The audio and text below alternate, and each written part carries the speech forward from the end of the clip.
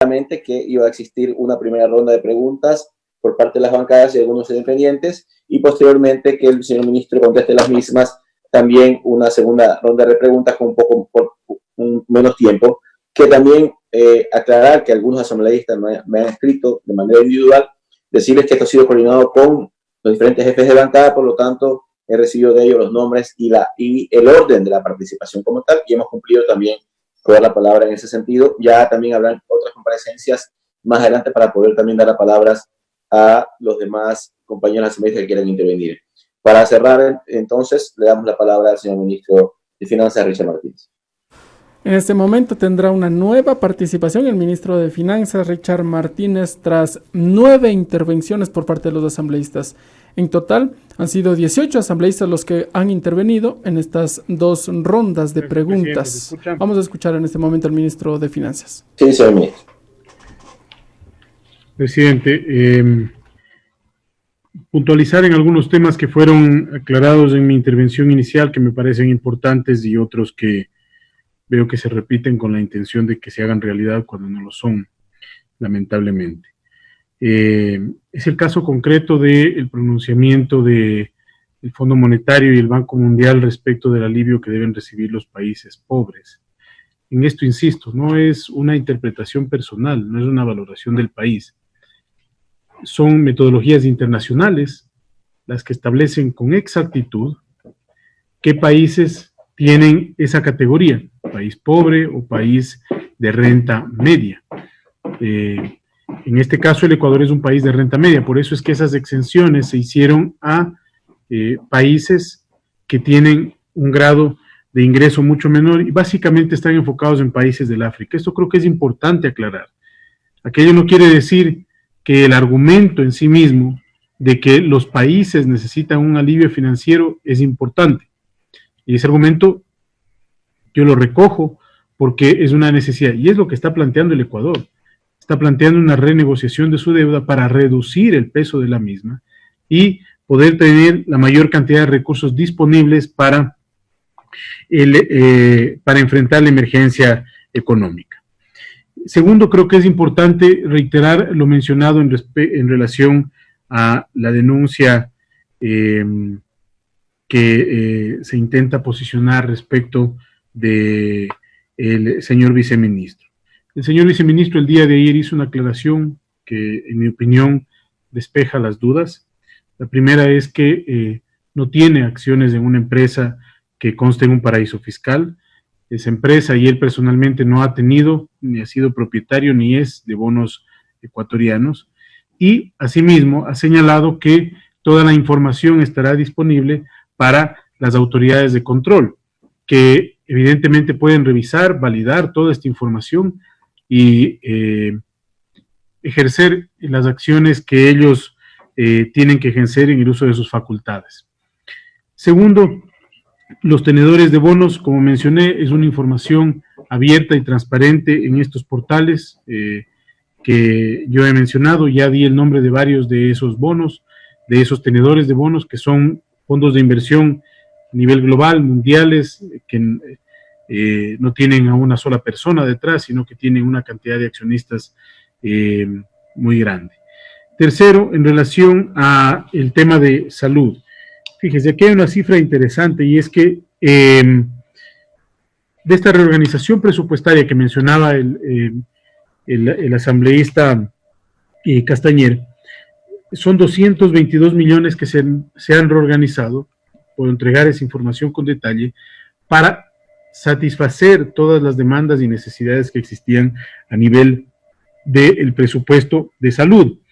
Y de esos también estamos preveyendo al menos 250 millones más que van a demandar de un mayor espacio presupuestario, porque hemos logrado que esos recursos se financien, o mejor dicho, que los multilaterales, BID y Banco Mundial específicamente, puedan colocar esos recursos destinados al sector de salud, y eso sí necesita mayor espacio presupuestario. Un dato importante es el siguiente, es que en el año 2008, entre enero y marzo, el presupuesto ejecutado del sector de salud fue de 100 millones de dólares. En el año 2014, 400 millones de dólares, y en el año 2020 679 millones de dólares, 680 millones de dólares. Es decir, una cantidad de dinero que es la más alta en los últimos 12 años. La ejecución, el presupuesto ejecutado entre enero y marzo para el sector de salud. Esa es la cifra que tenemos durante este año, la más alta. En el año 2008, 100 millones, 2014, 400 millones y 2020, 680 millones. Es importante que se tengan esas cifras también a la mano. Luego se mencionaba también el hecho de que tenemos esta pregunta sobre los recursos. Insisto, este fin de mes tenemos el directorio de lo que ha sido informado del Fondo Monetario Internacional para el 7 de mayo, el directorio del Banco Mundial. En el Banco Mundial se van a discutir 500 millones de dólares y en el directorio del Fondo Monetario 500 millones de dólares que hemos solicitado que se incrementen, y esa es una gestión que estamos haciendo. En el caso de los recursos que vienen de China, los 1.000 millones están previstos para que ingresen en la segunda semana de mayo, y allí ya tenemos cerca de los 2.000 millones computando este ingreso adicional con los otros recursos de Banco Mundial, BID y CAF que llegará en el mes de mayo. Sí es un momento complejo, sin lugar a duda, y yo entiendo la preocupación, la frustración, porque no puedo desatenderme de esta crisis humanitaria y sanitaria. Y es justamente en función de eso, presidente, que nosotros estamos pidiendo un trabajo conjunto con la Asamblea. Yo he escuchado varias de las observaciones, creo que muchas de ellas se despejan en la ley. Por ejemplo, el tema de la cuenta humanitaria, no es que va a estar administrado por personas privadas bajo ningún concepto, sino que es una cuenta especial que va a tener el acompañamiento total y absoluto de la Contraloría, el reporte a la Contraloría, pero va a tener un grupo pequeño de personas que puedan ir acompañando también la mejor gestión posible de transparencia frente a la sociedad. No es un gesto en lo absoluto de falta de capacidad, sino que es un gesto de responsabilidad con la ciudadanía. Recordemos que de esto ha habido buenas experiencias. Por ejemplo, el señor Contralor General del Estado nominó en un momento determinado una comisión que permitió viabilizar informes sobre el tema de deuda. Se preguntaba también sobre el asunto de los jubilados.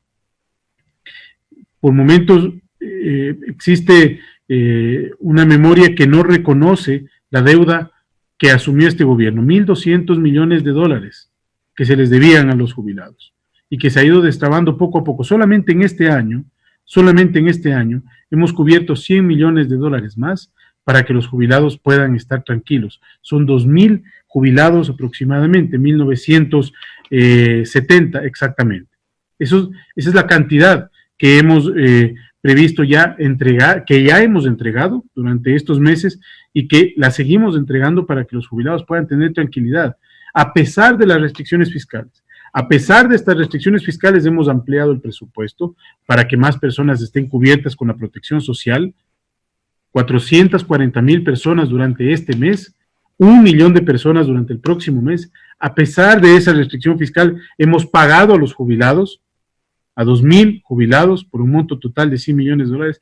A pesar de esa restricción fiscal, este año es el que más ha tenido, y obviamente considerando la crisis sanitaria, es el que más ha tenido en ejecución por el lado de salud frente a los años pasados. Entonces, yo sí creo que es importante matizar esto, presidente y distinguidos asambleístas.